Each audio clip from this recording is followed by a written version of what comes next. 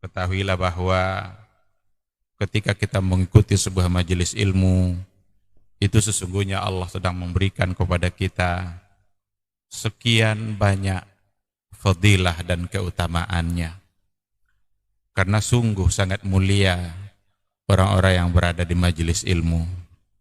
Orang-orang yang berada di majelis ilmu adalah orang-orang yang akan dimudahkan baginya jalan menuju surga Allah. Dalam hadis dikatakan oleh Rasulullah sallallahu alaihi wasallam, "Man salaka tariqan yaltamisu fihi ilman, sahalallahu lahu tariqan ilal jannah."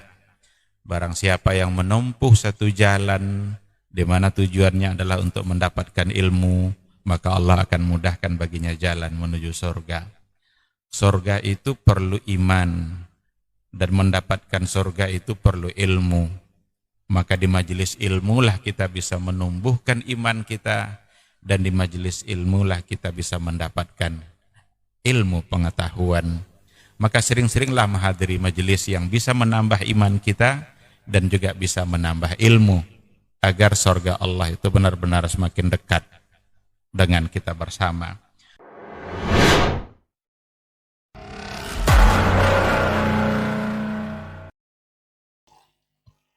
Baik, bismillah. Assalamualaikum warahmatullahi wabarakatuh. Alhamdulillahirrabbilalamin. Wassalatu wassalamu ala asyrafil anbiya'i wal mursalin wa ala alihi wa ashabihi rasulillahi ajma'in.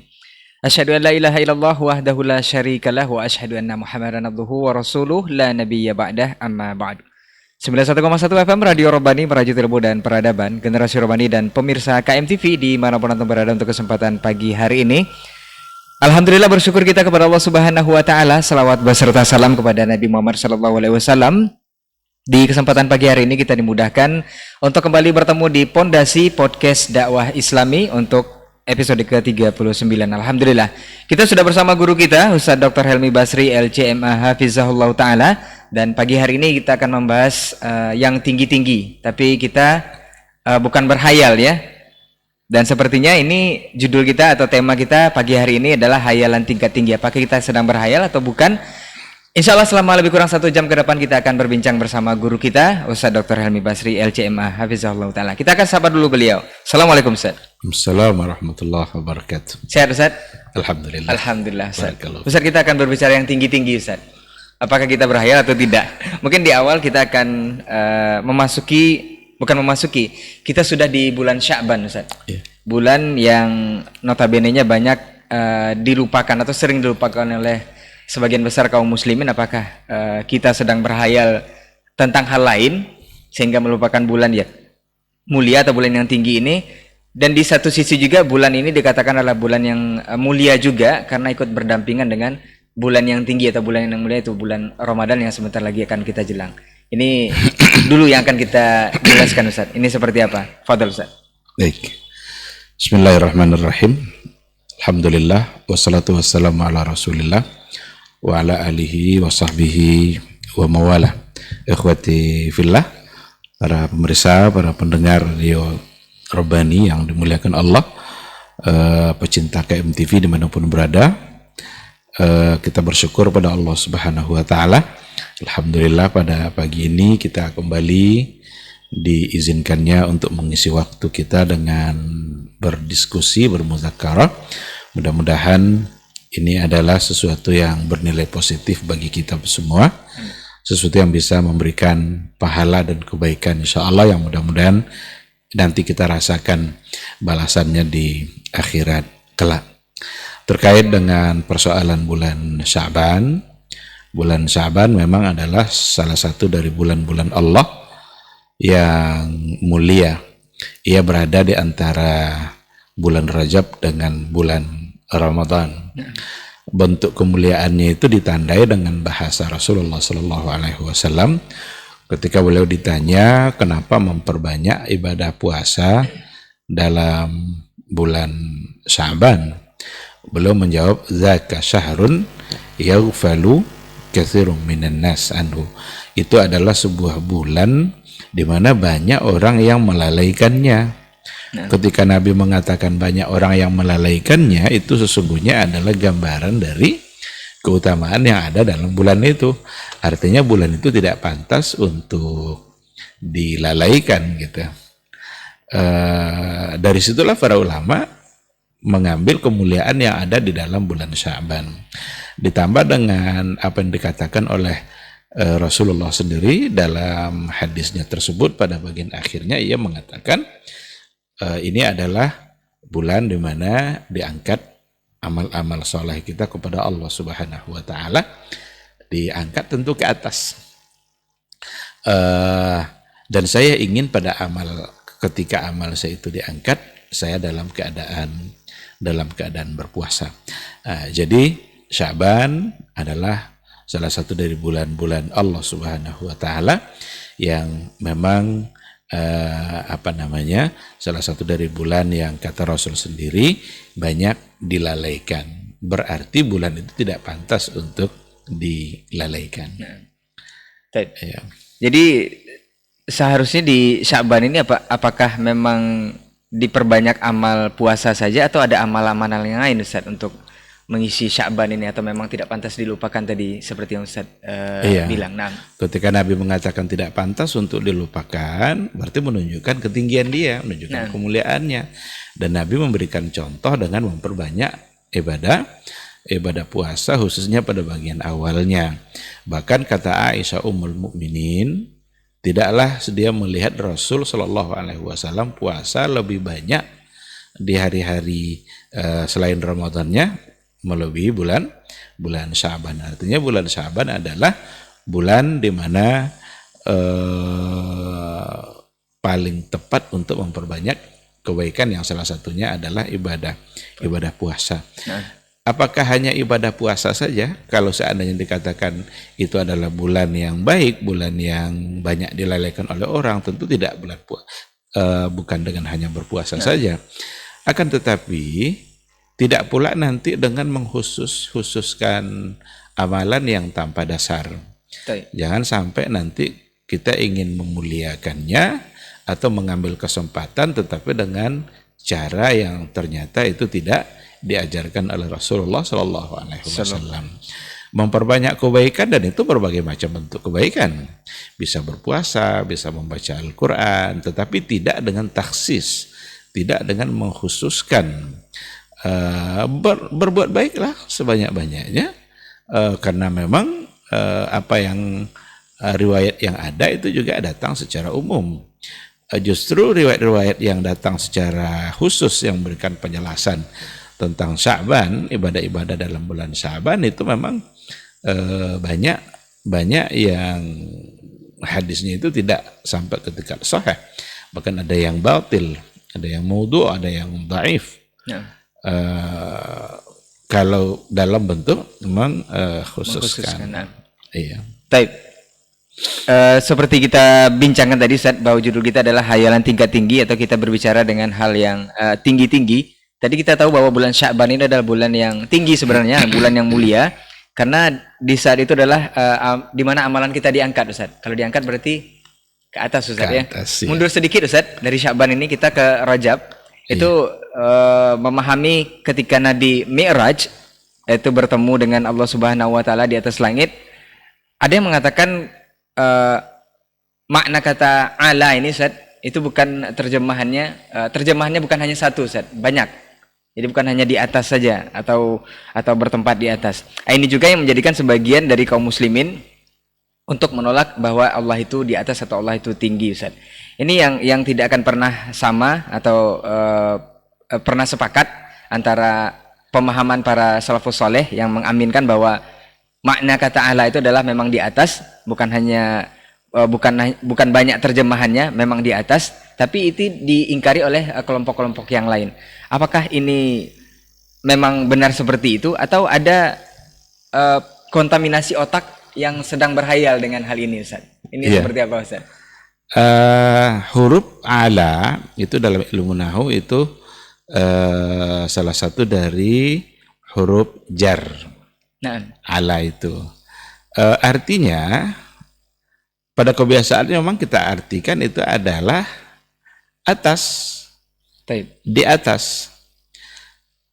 Tetapi kalau seandainya kita tengok memang penggunaan yang digunakan oleh orang Arab sendiri atau dalam nas-nas sendiri memang ada banyak makna.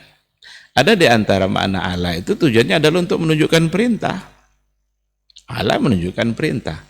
Umpamanya alaikum bi kadza. Itu adalah anjuran atau perintah. Kata Rasul kepada salah seorang sahabatnya, alaika bi kasratis sujud. Ala di situ, alaika. Hendaklah kamu memperbanyak sujud. Ada anjuran, ada perintah. Tapi perintah itu biasanya juga datang dari atas. Tidak mungkin siapa memerintahkan direkturnya kan? Pasti direktur yang memerintahkan ini. Jadi kalau namanya perintah itu mesti datangnya dari atas. Dan pada kebanyakannya Allah itu selalu diartikan memang di atas. Nah, kalau seandainya hanya kebanyakan makna itu saja yang membuat menolak keberadaan Allah di atas, ya tentu saja itu tidak pas gitu. Nah. Karena ketika dia punya makna banyak, apakah pada yang satu ini juga maknanya banyak atau maknanya adalah satu. Nah, oleh karena itu peristiwa Isra Mi'raj yang dilakukan oleh Rasulullah SAW bersama malaikat Jibril itu satu bukti nyata memang bahwa Allah itu berada di atas. Karena tujuan utama dari peristiwa Isra Mi'raj itu sesungguhnya adalah untuk mengambil perintah sholat. Allah yang menyuruh Jibril untuk membawa Rasulnya naik ke atas agar ia memberikan perintah sholat. Dan berbeda dengan perintah-perintah yang lain. Kalau ibadah-ibadah yang lain itu kan Nabi nunggu di bawah, Jibril yang bawa turun perintah itu. Tapi khusus untuk sholat ternyata Nabi yang diminta ke atas, lalu kemudian dia mendapatkan perintah itu dari Allah Subhanahu wa Ta'ala. Nah, oleh karena itu betapa banyak orang bersemangat untuk merayakan atau memperingati peristiwa Isra Mi'raj, tetapi ada yang paradok, ada yang kontradiksi pada saat mereka ramai-ramai memperingatinya. Bahkan katanya nggak sempurna pula agama ini kalau tidak diperingati hari itu. Tapi mereka begitu sulit untuk mempercayai bahwa Allah itu berada di atas. Afwan Ustaz, tapi mereka beralasan kalau kita meyakini Allah itu di atas, lagi-lagi seperti yang sudah kita jelaskan di mungkin kajian-kajian atau perbincangan kita sebelumnya, itu kita berarti menempatkan Allah pada sesuatu arah, Ustaz. Ini yang menjadi mereka tidak terima. Mereka meyakini Allah itu di atas, tapi bukan dibahasakan Allah menempati suatu tempat. Itu maksud mereka, Ustaz. Ini seperti apa? Yang mengatakan Allah di atas itu bukan kita, tapi Allah sendiri dan Rasulnya. Ya kita ngikut aja.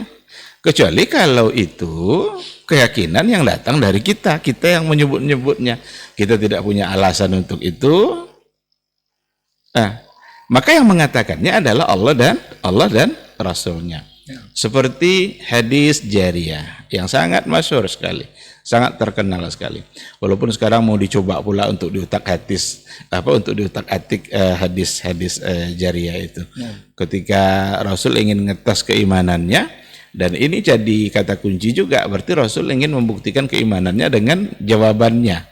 Ketika ia tanya aina Allah, di mana Allah, aina itu pasti satu pertanyaan yang menunjukkan arah. Sesuatu yang arah atau tempat.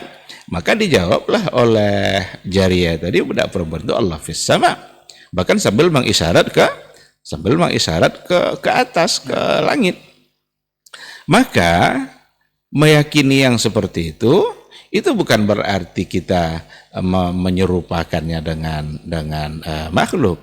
Justru yang tidak mau meyakininya itu yang sedang menyerupakan Allah dengan makhluk. Maka tidak boleh, berarti seolah-olah sama kan? Maka yang harus diyakini itu adalah ketika dikatakan bahwa Allah di atas arsy umpamanya, cukup kita meyakini sampai di situ tanpa kita mengatakan bahwa sesungguhnya Allah itu butuh kepada arsy, butuh kepada tempat, Jangan sampai ada keyakinan seperti itu. Karena memang tidak mungkin Allah butuh kepada siapa, itu tidak mungkin, satu hal yang mustahil, karena Allah itu adalah Khaliq. Yang selain Allah adalah makhluk. Makhluk itu Allah yang menciptakan. Tidak mungkin Allah membutuhkan, berharap kepada apa yang dia ciptakan. Nah, oleh karena itu yakini saja sebagaimana yang terdapat di dalam nas-nas yang ada, dan itu tidak bertentangan nanti dan nas-nas yang lain, karena itu sudah sering kita bahas.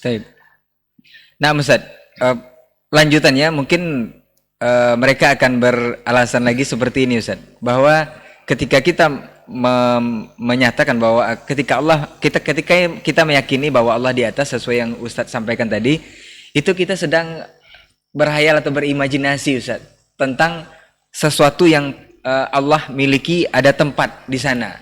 Itu yang mereka tidak bisa terima sampai saat ini, karena seolah-olah ketika kita sedang meyakini bahwa Allah itu di atas, kita sedang berimajinasi kita mengalahkan para ulama-ulama terdahulu yang tidak, ada juga yang tidak sependapat dengan hal ini, Ustaz. Apakah kita yang sedang berimajinasi atau mereka yang sedang berhayal, Ustaz? Ulama terdahulu yang bermaksud siapa? Nah, apakah khayalan-khayalan seperti tadi itu yang menolak tadi itu sudah ada pada masa awal, pada masa sahabat? baik. Belum ada. Justru akidah yang murni itu kan pada masa sahabat, dan itu belum ada terkontaminasi otaknya oleh hal-hal yang keraguan-raguan yang dimunculkan oleh akal-akal dan logika-logika tentang keberadaan Allah itu, karena mereka fokus memahami apa yang ada pada ayat dan apa yang ada pada hadis Rasulullah SAW. Itu masalah itu baru muncul itu ketika muncul aliran kalam. Berbagai macam aliran kalam yang ada Mu'tazilah, ada Khawarij, dan berbagai macam aliran yang ada itu, ada Kullabiyah, ada Asy'ariyah atau Asy'ariyah. Mereka lah yang mengutak-atik persoalan ketuhanan dengan analisa akal. Jadi kan sudah sering juga kita ulang-ulang, soal ketuhanan itu untuk diimani, bukan untuk dilogika-logikakan, karena ia masalah gaib. Tentu tidak akan nyambung nanti, karena akal kita tidak mampu untuk menganalisa perkara-perkara yang gaib. Oleh karena itu, soal ketuhanan itu sesuatu untuk diimani sesuai dengan apa yang ada pada Al-Quran dan apa yang ada pada hadis Rasulullah Sallallahu Alaihi Wasallam. Oh, kalau dikatakan ketika kita mengatakan Allah di atas punya arah, berarti kita sedang berimajinasi. Nah, mereka sedang menuduh Rasul berimajinasi, karena Rasul lah yang keyakinan seperti itu. Mereka yang menolak itu sesungguhnya mereka tidak bisa melawan fitrahnya. Setiap kali mereka menyebut lafaz Allah, tangan mereka selalu menunjuk juga ke atas gini kan. Nah, padahal mereka menolak untuk menunjuk. Tapi yakinlah kepada Allah, yakinlah kepada Allah. Hanya Allah yang tahu. Tangannya, fitrahnya seperti itu. Fitrahnya itu dibuktikan oleh tangannya yang sedang menunjuk-nunjuk tadi itu. Jadi udahlah, enggak usah lama-lama kali berada dalam kesalahan itu. Sadari baik-baik kalau itu adalah sesuatu yang menyimpang, yang tidak itu yang diyakini oleh Rasul. Yang diyakini Rasul itu adalah apa yang disampaikan oleh Allah dalam Al-Qur'annya, di mana dikatakan bahwa Allah memang berada di atas aras, tetapi bukan karena dia membutuhkan aras. Itu bukan sama sekali. Kalau diyakini itu, maka kita akan menjadi salah. Baik, balik ke Sya'ban, Ustaz. Kita sudah di Sya'ban, Ustaz. Ini ada seperti Ustaz singgung di awal tadi, mungkin bukan hanya puasa yang akan menjadi amalan yang baik di bulan ini, tetapi ada juga amalan-amalan yang lain. Nah, ada yang tersebar luas di masyarakat kita, itu malam nisfu Sya'ban, Ustaz. Ini diisi dengan berbagai kegiatan atau amalan ataupun zikir yang dikhususkan di malam itu. Ini ada hadisnya yang tersebar. Katanya kelompok yang tidak membolehkan atau boleh dikata ada yang mengatakan itu diharamkan di malam nisfu Sya'ban itu, amalan-amalan seperti yang sudah dikhususkan itu adalah kelompok Salafi Wahabi, Ustaz. Ini semua yang diharam-haramkan atau semua yang tidak dibolehkan ini terkait amalan-amalan seperti ini adalah pesanan khusus atau by order dari Arab Saudi, Ustaz. Ini katanya khususnya di Indonesia yang membenci amalan-amalan seperti ini kan banyak dari kalangan habaib, Ustaz. Ini apakah ini tuduhan, apakah ini benar atau seperti apa? Nah, Ustaz. Tidak usah terlalu cepat menuduh dan tidak usah terlalu cepat terprovokasi oleh orang-orang yang membenci dakwah kembali kepada Al-Quran dan Sunnah. Karena banyak sekali yang benci kepada Quran, karena semuanya serba kepada diharamkan, dakwah. Sebenarnya bukan benci kepada kembali kepada Quran dan Sunnahnya itu, tetapi ada satu kelompok yang memang cenderung slogannya adalah itu, dan kelompok itu bertentangan dengan kepentingan-kepentingan banyak orang. Maka orang banyak tadi tentu dia tidak setuju dengan yang tadi. Terlepas nanti dari namanya apakah Salafi, apakah Wahabi, saya tidak terlalu fokus pada namanya. Nama oke, terserah namakan apa, tapi yang paling penting adalah intinya ada pada hal apa gitu, kepada apa mereka mengajak. Ini orang-orang Syiah paling benci nih kepada orang yang mengajak kepada Quran dan Sunnah. Kenapa orang Syiah sangat benci sekali? Karena mereka tidak punya sunnah mereka lain. Hadis bagi orang Syiah itu berbeda dengan hadis yang diyakini oleh generasi salaf dulu atau oleh generasi selain kelompok selain mereka gitu. Jadi ketika ada ajakan kembali kepada sunnah, tentu mereka ketakutan akan ketahuan nanti kalau keyakinan mereka ternyata menyimpang. Karena mereka tidak bisa membantah dengan hujah, maka yang dimaki-makinya adalah personnya, kelompoknya. Dan itu rata-rata datang dari Syiah. Sekarang tidak usah dituduh-tuduh begitu. Coba kembali kepada apa yang ditulis oleh para ulama. Kita ambil satu contoh, umpamanya Ibnu Rajab Al-Hambali. Dia punya kitab Lataiful Ma'arif. Lataif Al-Ma'arif. Dan kitabnya itu sudah ditakhrij juga hadis-hadisnya. Di situ ada diantaranya bicara tentang bulan Sya'ban. Wadhaib syahri Sya'ban. Apa yang terjadi dalam bulan Sya'ban. Beliau sebutkan beberapa hadis, banyak hadis yang disebutkannya. Banyak di antara hadis-hadis yang dipakai itu terkait dengan keutamaan pentaksisan amalan di dalam Ramadan itu adalah bukan Ramadan, Sya'ban itu ada yang hadisnya batil, ada yang dhaif, ada yang maudhu', ada juga di antaranya memang hadisnya sampai ke tingkat hasan. Dan yang sampai ke tingkat hasan itu bisa dipakai, tapi bukan dalam bentuk pentaksisan tadi. Contohnya ada di antara riwayat dikatakan sesungguhnya Allah Subhanahu wa taala la yattali'u ala ibadihi fi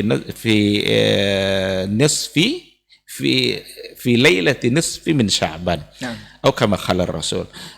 Allah Subhanahu wa taala melihat kepada hambanya pada malam nisfu Sya'ban itu, fayaghfiru lahu, lalu Allah mengampuninya, illa limusyrikin aw musyahin, kecuali yang tidak diampuninya musyrik atau musyahin. Musyrik itu pelaku syirik, dan musyahin itu orang-orang yang masih bermusuhan. Syahna, orang-orang yang di hatinya ada dendam, ada permusuhan, dan dia tidak saling memaafkan. Riwayat ini saya baca dalam buku Lataiful Ma'arif itu dalam takhrij hadisnya oleh yang mentakhrij hadis itu status hadisnya sampai ke tingkat hasan, dan hasan itu bisa dipakai, bisa dipegang. Ada banyak riwayat nanti dan ada yang batil seperti Allahu yanzilu ila sama'id dunya. Allah itu turun ke langit dunia di malam nisfu Sya'ban itu mulai dari maghrib sampai subuh. Ini dikatakan hadisnya batil. Jadi ada yang terkait dengan nisfu Sya'ban itu ada satu kemuliaan karena ada hadis yang sampai ke tingkat hasan dan itu bisa dipakai, tetapi lagi-lagi bukan berarti kita mengkhususkan ibadah-ibadah tertentu di malam itu. Untuk bertahajud di malam itu silakan. Untuk membaca Quran di malam itu bagus. Untuk beristighfar bagus, karena itu bagian dari amal. Tapi nanti kalau sudah membuat cara-cara tertentu dalam pelaksanaan ibadahnya, umpamanya di malam nisfu Sya'ban diharuskan untuk membaca Yasin 10 kali umpamanya. Baik. Atau membaca selawat 1000 kali umpamanya, atau sholat sekian puluh rakaat dengan cara-cara tertentu, itu tentu sesuatu yang perlu berdasarkan kepada dalil. Di buku itu juga dikatakan itu berawal dulu dari salah seorang pada masa tabi'in di Syam, di wilayah Syam, namanya Khalid ibn Ma'dan. Khalid ibn Ma'dan ini yang berada di wilayah Syam, dialah yang memulai untuk menghidupkan malam itu dan mengerjakan amalan-amalan tertentu, sholat dengan sekian puluh rakaat, lalu kemudian diikuti oleh orang-orang yang lain dan sampai sekarang. Tetapi Imam Al-Auza'i mengatakan bahwa semua bentuk yang dilaksanakan itu semua adalah sesuatu yang tidak berdasarkan kepada dalil. Nah, oleh karena itu bukan berarti kita tidak boleh untuk beribadah di malam nisfu Sya'ban. Boleh kita beribadah karena ada hadis yang tadi itu, tetapi sekali lagi tidak dalam bentuk menghidupkannya dengan artian seolah-olah itu menjadi sebuah syiar, padahal Nabi tidak mencontohkan. Seandainya ada orang si A umpamanya, si B, dia ingin menghidupkan malamnya di rumahnya sendiri, dia beribadah, silakan. Maka ibadah itu dalam artian umum yang memang itu kita diperintahkan untuk melaksanakan ibadah yang lain. Tapi kalau sudah diajak untuk bersama-sama, kemudian dengan jumlah-jumlah tertentu mengerjakan harus segini, nanti setelah sholat kita harus baca surat ini. Ini berarti sudah menjadi sebuah syiar. Ini yang ditolak, bukan ditolak oleh Salafi Wahabi. Imam Auza'i dulu sudah menolak. Apakah Imam Auza'i Wahabi? Kan gitu jadinya. Karena dia sendiri yang mengatakan apa yang dikerjakan oleh mereka itu semua adalah sesuatu yang tidak ada alasannya sama sekali dari hadis Rasulullah Sallallahu Alaihi Wasallam. Jadi tidak usah cepat-cepat menuduh. Ini kalau berbeda dengan dia, dari ini nih. Padahal jauh ulama sebelumnya juga sudah mengatakan, belajar baik-baik, baca kitabnya, berapa banyak para ulama sudah menjelaskan masalah itu agar kita mengerti dengan masalah yang sesungguhnya.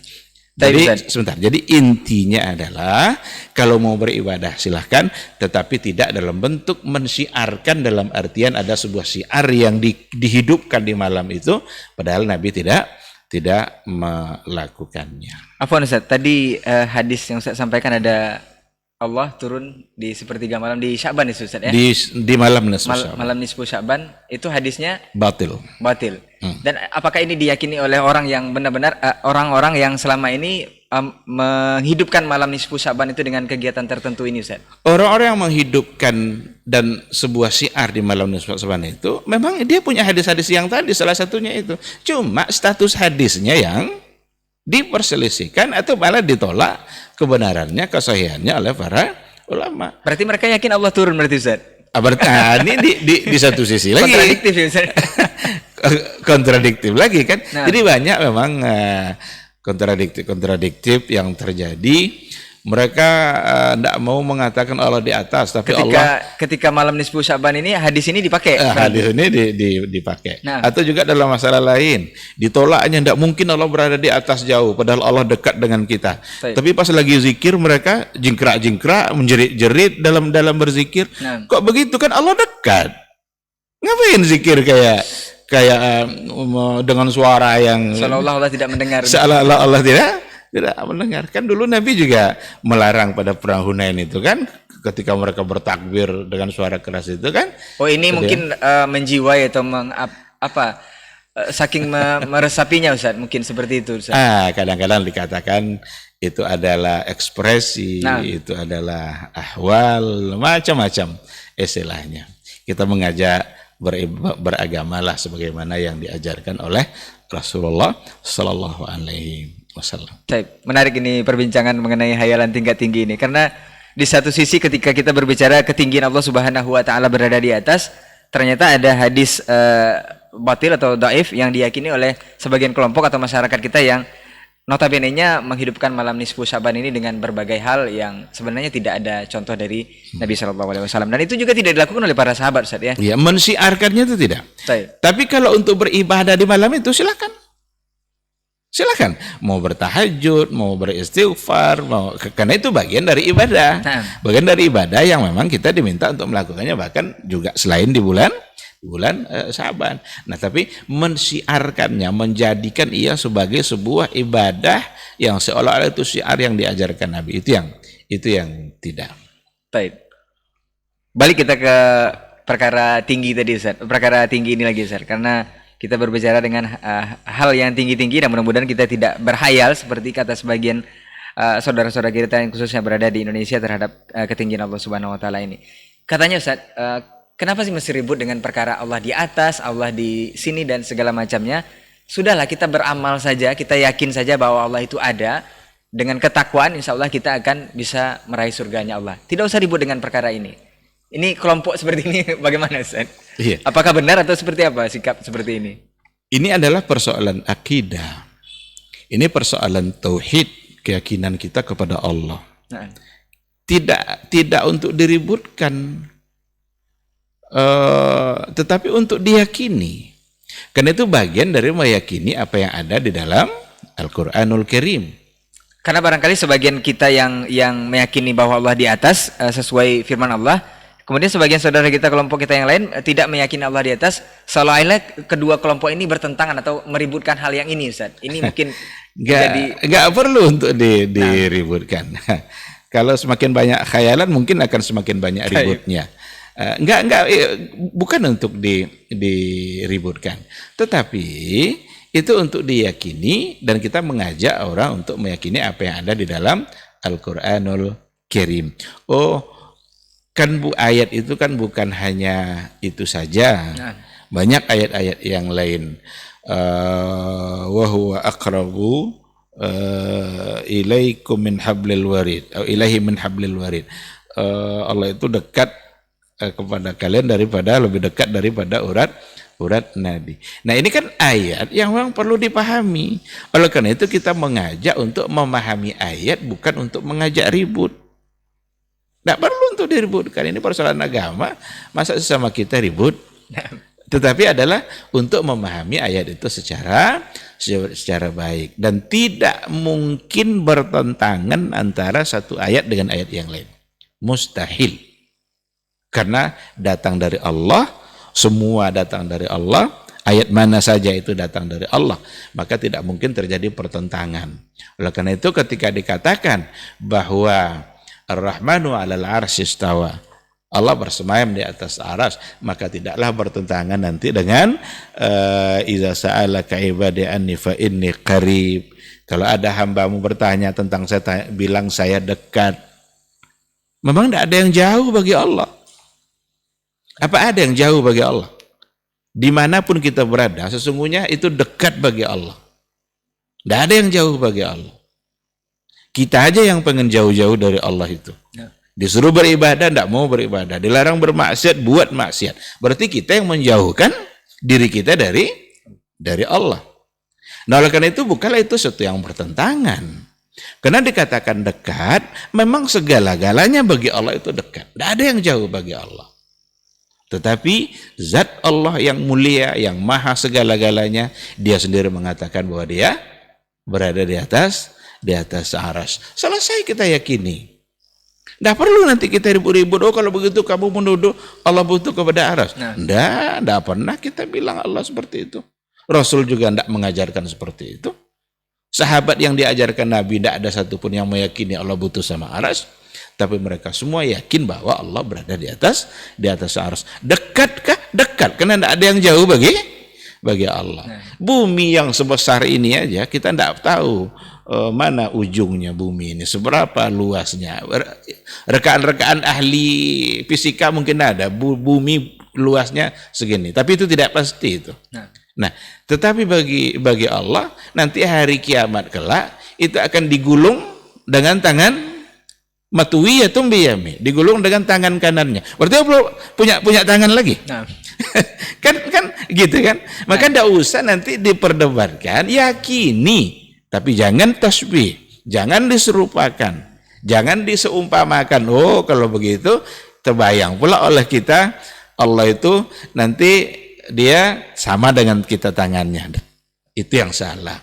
Itu sesuatu yang sangat tidak wajar kita sematkan kepada Allah, karena Allah itu laisa kamitslihi syai'un wa huwas samiul basir. Tapi katanya kalau kita memikirkan seperti itu, Ustaz, itu berarti kita sudah ini mungkin sudah pernah kita bahas sebelumnya, Ustaz, di Pondasi edisi berapa saya lupa, kontaminasi otak, Ustaz. Ketika kita, mungkin kelompok yang dicap oleh sebagian saudara kita Salafi Wahabi ini meyakini Allah di atas, berarti kita sudah menyamakan Allah dengan hal-hal yang sudah dimiliki makhluk, atau kita memainkan dominasi otak kita sedang berhayal, Ustaz. Seperti Ustaz bilang tadi, Allah punya tangan, Allah mungkin punya wajah dan segala macamnya. Itu sedang memainkan dominasi otak kita, dan itu dicap kita akan bisa keluar dari keislaman kita, Ustaz, karena sudah memainkan akal dalam hal ayat-ayat tadi. Kita tidak sedang memainkan akal. Baik. Kita tidak sedang membayangkan. Kita tidak sedang memikirkan, tapi sedang meyakini. Ada? Bedakan itu. Kita tidak sedang memainkan akal kita, tapi kita sedang meyakini apa yang dikatakan oleh Allah dalam Quran. Nah, masa meyakini yang dikatakan Allah dibilang keluar dari Islam? Jangan-jangan kebalikannya nanti yang terjadi. Itu dia. Ya, jangan kebalikannya. Ketika Allah bilang begini lalu kita tidak mau menerima, dan dialah yang sedang memainkan akalnya. Oh, kalau begitu Allah begini. Oh, kalau begitu Allah begini. Berarti dia sedang memainkan akalnya lalu menolak apa yang dikatakan Allah. Jangan-jangan ini yang membuat keluar dari Islam.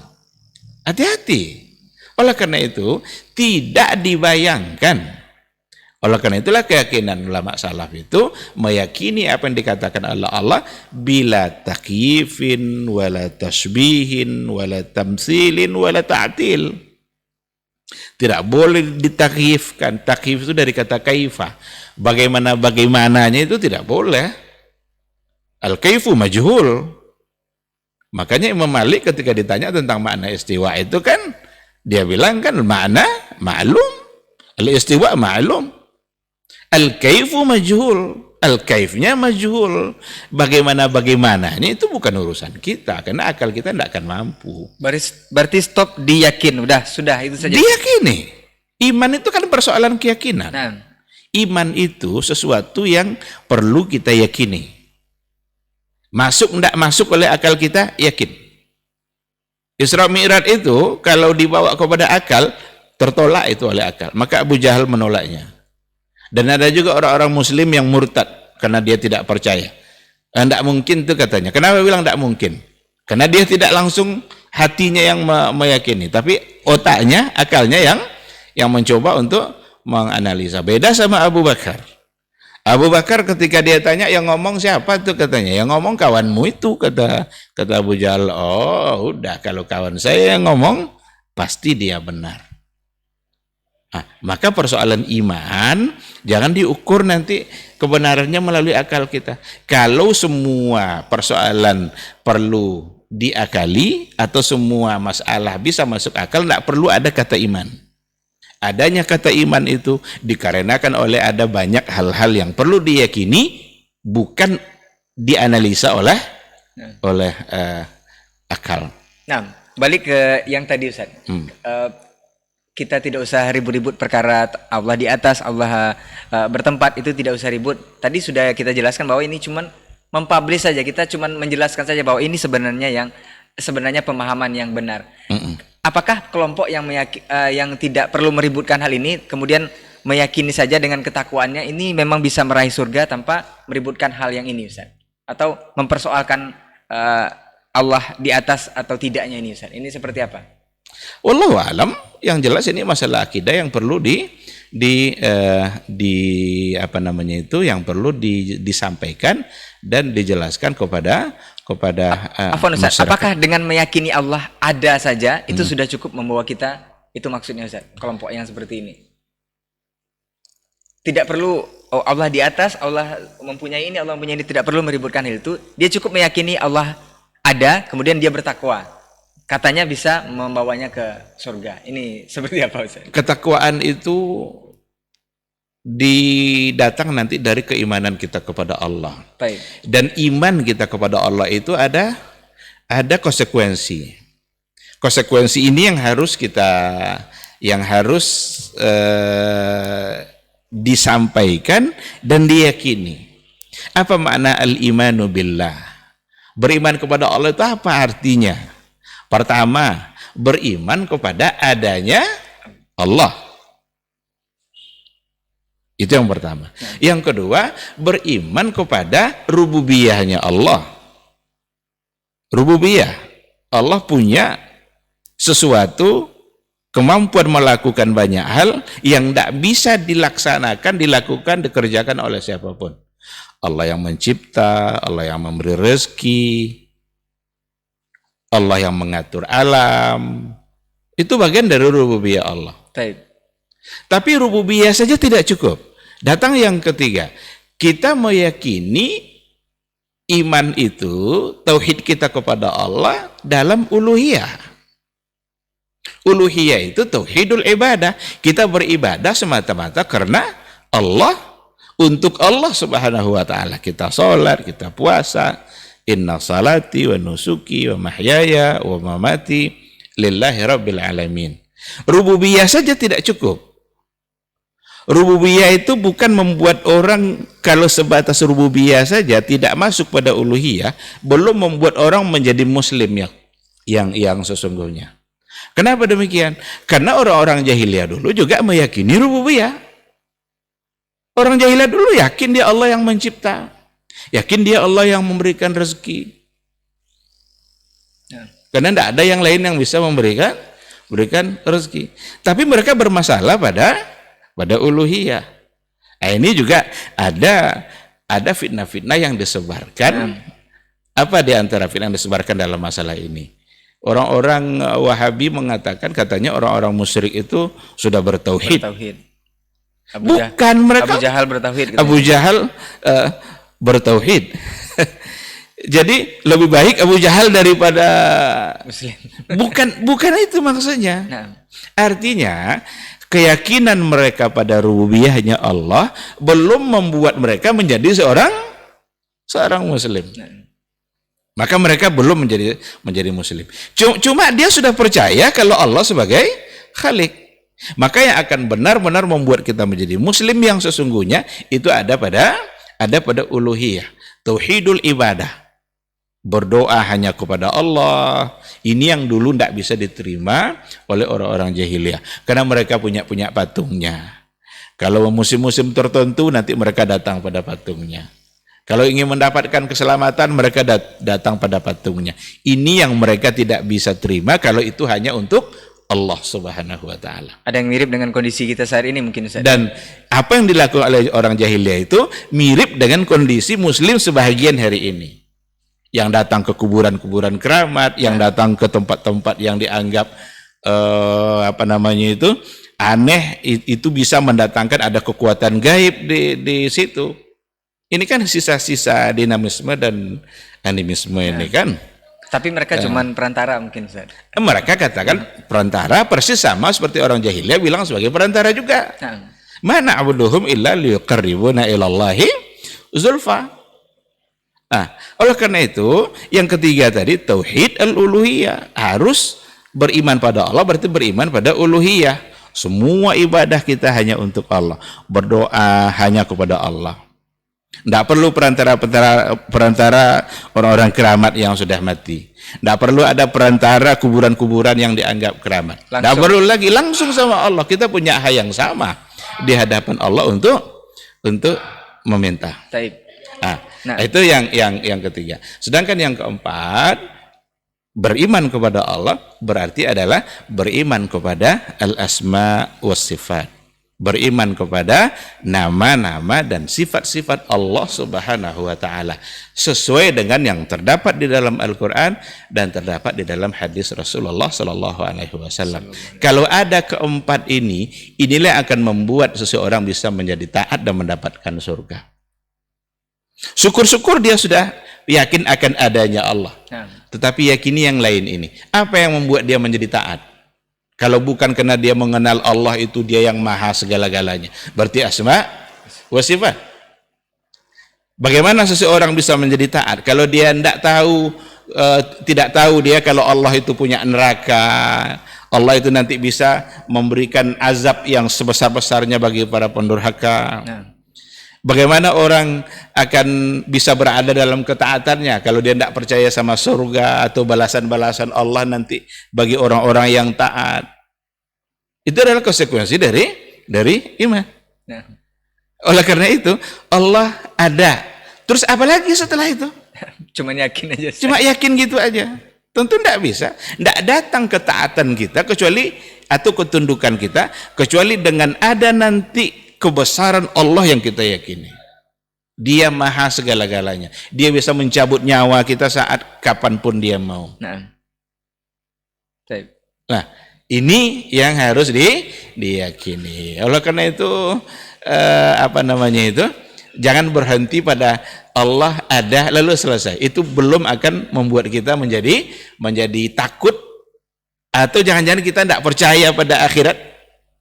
Karena percaya pada akhirat itu juga bagian dari beriman kepada Allah. Nanti ada mizan, ada titian, ada jembatan, ada hisab.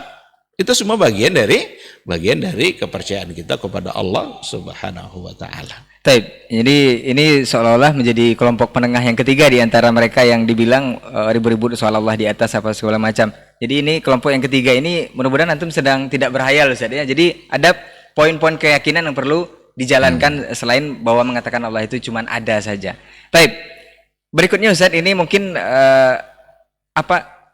suatu ketinggian juga yang perlu kita yakini bahwa Al-Qur'an ini sejatinya memang adalah ada yang mengatakan Al-Qur'an ini makhluk, ada yang mengatakan bukan makhluk.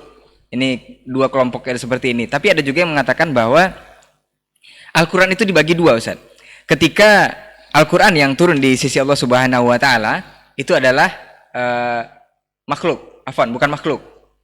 Tapi ketika Al-Quran yang diturunkan berupa mushaf yang ada pada kita sekarang ini, itu adalah makhluk, kata Ustaz. Ada mungkin istilah kalam lafzi dan kalam nafsi. Ini pemahaman seperti ini apakah benar atau seperti apa Ustaz untuk poin Al-Quran ini Ustaz? Iya, ini juga masalah-masalah baru dalam persoalan akidah yang tidak pernah diperdebatkan pada masa dulu. Ini masalah-masalah bid'ah dalam akidah.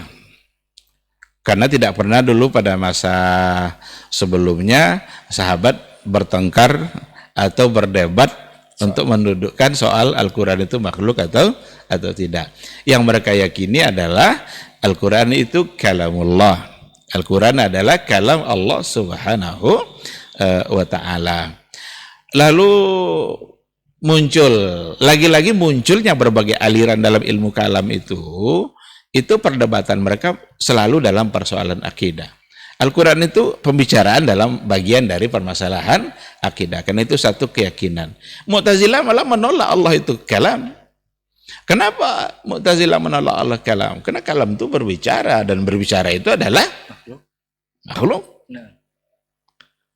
Dan ini akibat akibat dari ketika mereka mendahulukan akal daripada nas. Ini juga sudah kita bahas, sudah sering kita angkat masalah ini, tapi perlu diulang-ulang.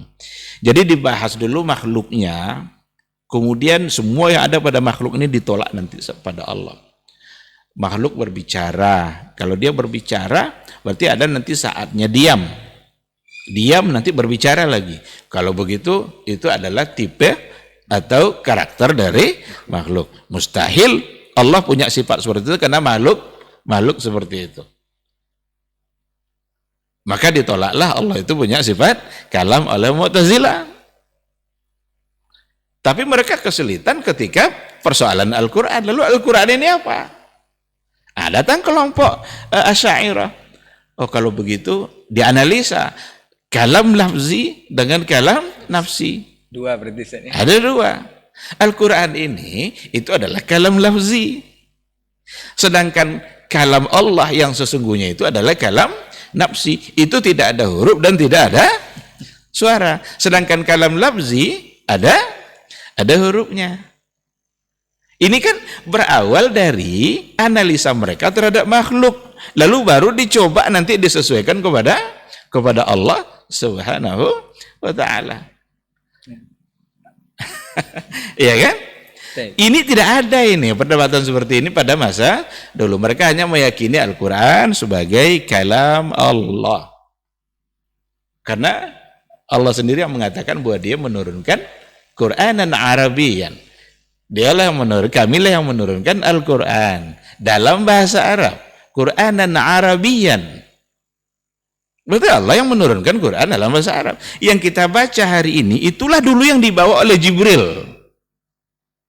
Kalau seandainya dikatakan Quran yang ada dalam mushaf sebagai kalam lafzi, sementara yang kalam Allah adalah kalam nafsi, sekarang kalam lafzi ini siapa yang melafazkan? Jibril kah? Atau Nabi Muhammad? Dalam kalangan Asy'ariyah sendiri ternyata ada perbedaan. Di antara mereka mengatakan bahwa Jibril yang melafazkannya, mereka sebagian juga mengatakan Nabi Muhammad yang melafazkannya. Kan udah mulai berbeda-beda lagi kan. Itulah akibatnya kalau kita jauh dari apa yang diyakini oleh Rasulullah Sallallahu Alaihi Wasallam. Tapi mushaf, lembaran mushaf itu tuh makhluk, jelas makhluk itu. Karena kertas dia nanti bisa dibakar. Kalau tidak makhluk berarti tidak berubah-berubah kan? Tapi kalau seandainya semua mushaf yang ada dibakar, apakah Al-Quran hilang? Tidak ada lagi Quran? Tetap ada. Berarti mushaf ini adalah, lembaran mushaf itu adalah makhluk, tetapi isinya adalah kalam Allah, dan kalam Allah itu bukan makhluk. Berarti tidak ada perbedaan ya Ustaz, ya? Tidak ada yang dibagi dua tadi Ustaz. Tidak ada yang bagi dua. Oleh ulama salaf. Imam Ahmad sampai di penjara karena tidak mau mengakui Quran itu makhluk. Itu Imam Ahmad. Kan pada masa salah satu dari Khalifah Abbasiyah yang dari kalangan Mu'tazilah, Mu'tasim atau siapa namanya, dia sudah terpapar oleh pemikiran Mu'tazilah. Dan dia memaksa semua ulama-ulama ketika itu yang ada pada masa itu untuk meyakini Al-Quran itu adalah makhluk. Imam Ahmad tidak mau. Kalau tidak mau, berarti dia harus dipenjara. Dia siap untuk dipenjara, apapun resiko yang akan ditanggung dalam penjara itu, ketimbang dia mengucapkan Al-Quran adalah makhluk. Ini ada ketegasan dari Imam Ahmad. Nah, lalu sebagian orang-orang Asy'ariyah sekarang juga katanya sanad mereka bersambung sampai kepada Imam Ahmad dalam persoalan akidah. Ini masalah akidah nih. Mana sanad mereka yang bersambung sampai Imam Ahmad? Imam Ahmad di penjara gara-gara mengucapkan itu. Berarti mereka beda sendiri. Berarti mereka beda sendiri. Kan gitu katanya kan? Nah, dia berguru kepada imam ini nanti dari Imam Syafi'i. Imam Syafi'i gurunya adalah Imam Ahmad. Dalam masalah akidah juga seperti itu. Sehingga mereka meyakini akidah mereka adalah akidah Rasul. Nah, dalam satu masalah ini aja, masalah khalqul Quran. Kalau memang bersambung dengan Imam Ahmad, kok Imam Ahmad masuk penjara? Gara-gara tidak mau menyebut Al-Quran adalah makhluk. Nah, oleh karena itu, tidak mesti dibagi-bagi, tinggal diyakini. Al-Quran adalah kalam Allah. Bukan Jibril yang membahasakan kepada Nabi Muhammad. Bukan pula Nabi Muhammad yang membahasakannya. Ketika ditantang dulu orang-orang Quraisy untuk mendatangkan satu ayat saja seperti Al-Quran. Itu Al-Quran yang mana? Kalam nafsi atau kalam lafzi? Yang ditantang tadi itu. Kalau memang Al-Quran itu adalah ungkapan mungkin dari Jibril atau dari Nabi Muhammad SAW, berarti dari makhluk. Kalau dari makhluk berarti bisa ditantang. Sekarang ada tantangannya. Satu ayat, satu surat. Yang ditantang tuh, coba kalian datangkan. Fa'tu bisuratim mim mithlih. Datangkan satu surat yang seumpamanya. Yang ditantang tadi itu untuk kalam nafsi atau kalam nafsi? Macam-macam lagi nanti apanya kan. Nah, Jadi sekali lagi, tidak usah ribut-ribut, hentikan ribut-ribut itu, kembali kepada akidah yang benar, kembali kepada keyakinan yang ada pada Rasulullah Sallallahu Alaihi Wasallam, meyakininya untuk persoalan ketuhanan tanpa mencoba-coba untuk melogikakan untuk hal-hal yang memang tidak pantas untuk dilogikakan. baik, Masya Allah. Seru sebenarnya perbincangan kita, Ustaz. Udah sampai lebih kurang 1 jam kita berbincang mengenai khayalan tingkat tinggi. Mudah-mudahan yang sudah kita bahas tadi, antum yang berpikiran seperti itu tidak berhayal. Mungkin terakhir Ustaz, nasihat ini, kenapa ketika kita menjelaskan perkara-perkara seperti ini Ustaz, masalah akidah ini, seolah-olah kita dinilai sedang ribut dengan saudara kita yang tidak sepemahaman Ustaz. Ini kenapa mereka memunculkan poin-poin seperti ini dalam hal ini Ustaz? Apakah sengaja memang memancing perbedaan atau perdebatan atau seperti apa? Jadi nasihat Ustaz untuk kita ini, khususnya penuntut ilmu di Indonesia ini, dalam hal ini kita harusnya seperti apa Ustaz agar tidak terjebak dengan hal-hal yang salah? Nah, Ustaz. Yang pertama sekali, mari sama-sama kita luruskan niat kita dalam menuntut ilmu. Menuntut ilmu itu bukan untuk gengsi-gengsian, bukan untuk bisa berdebat, bukan untuk bisa berjidal, argumentasi dan lain sebagainya. Tapi menuntut ilmu itu adalah untuk mengangkat kebodohan yang ada pada diri kita, untuk memuliakan diri kita dengan ilmu, untuk memuliakan diri kita dengan amal berdasarkan ilmu. Niatkan untuk itu. Luruskan niat dulu dari awal, sehingga kita tahu nanti, oh ini selama ini saya tidak pernah pelajari ini. Jangan dianggap nanti setiap kali ada masalah baru yang diangkat, itu dianggap masalah baru untuk memecah belah. Kita aja yang baru mendengar. Padahal masalahnya sudah 14 abad yang lalu. Karena jarang diangkat oleh orang-orang lain untuk meluruskan masyarakat, maka perlu ada yang mengangkatnya. Sekarang dicobalah angkat agar meluruskan keyakinan masyarakat. Terima atau tidak terima itu urusan lain. Maka tujuan mengangkat masalah-masalah akidah itu bukan untuk ribut. Sama sekali bukan untuk ribut. Tidak ada gunanya kita ribut-ribut dalam beragama. Tetapi kita harus punya andil dalam meluruskan kesalahan masyarakat. Kalau memang ada hal-hal yang salah berdasarkan pada dalil-dalil, masa kita mau terus-terusan dalam kesalahan? Ada sebagian orang yang belum yakin dia bahwa sujud kepada kuburan itu syirik. Sampai sekarang masih ada orang seperti itu. Maka perlu kita sampaikan bahwa sujud itu hanya kepada Allah. Nggak boleh kita sujud kepada kuburan. Semulia apapun kiai yang ada dalam kuburan itu, nggak boleh sujud ke kuburan dia. Karena sujud hanya untuk Allah. Apakah ketika kita sampaikan itu kita sedang ribut, sedang mengajak ribut, atau mengajak untuk berdebat? Bukan. Kita ingin punya andil untuk menyampaikan sesuatu yang kita anggap benar berdasarkan kepada hadis, agar orang-orang yang belum mengerti dia bisa merubah sikapnya. Saya tidak mau rubah, saya tetap dengan nenek moyang dulu. Silakan ambil nenek moyang kamu itu. Kalau sudah diajar, berarti tanggung jawab kita sudah selesai. Yang mau terima-terima, yang tidak, itu urusan mereka dengan Allah Subhanahu wa taala. Ingat, kuburan kita masing-masing, kita akan mempertanggungjawabkan amal kita masing-masing. Kita beragama bukan untuk berdebat, tetapi kita diminta untuk at-tawasau bil haq, at-tawasau bis sabar. Berwasiat dengan kebenaran dan sabar di dalam menyampaikan wasiat-wasiat itu. Itu saja. Jazakallah khairan Ustaz untuk nasihat dan juga ilmunya. Mudah-mudahan antum yang sudah meyakini apa yang sudah kita bincangkan tadi, bukan sedang berhayal, dan kita juga bukan sedang berhayal dengan perkara-perkara yang tinggi ini, khususnya perkara akidah. Kita cuma menyampaikan hal yang sesuai dengan Al-Quran dan Sunnah. Jazakallah khairan untuk ilmunya. Mudah-mudahan di kesempatan yang lain kita akan bersama dengan tema yang berbeda insyaAllah. Afwan untuk semua salah kata kita bicara, kita tutup dengan doa kafaratul majelis. Subhanakallahumma wa bihamdika asyhadu an la ilaha illa anta astaghfiruka wa atubu ilaik. Wassalamualaikum warahmatullahi wabarakatuh. Waalaikumsalam warahmatullahi wabarakatuh. Masyaallah. Jazakallah khair. Dr. Dasman Yaya Ma'ali LCMA Hafizahullah. Dr. Helmi Basri LCMA Hafizahullah, Dr. Hidayatullah Ismail LCMA Hafizahullah,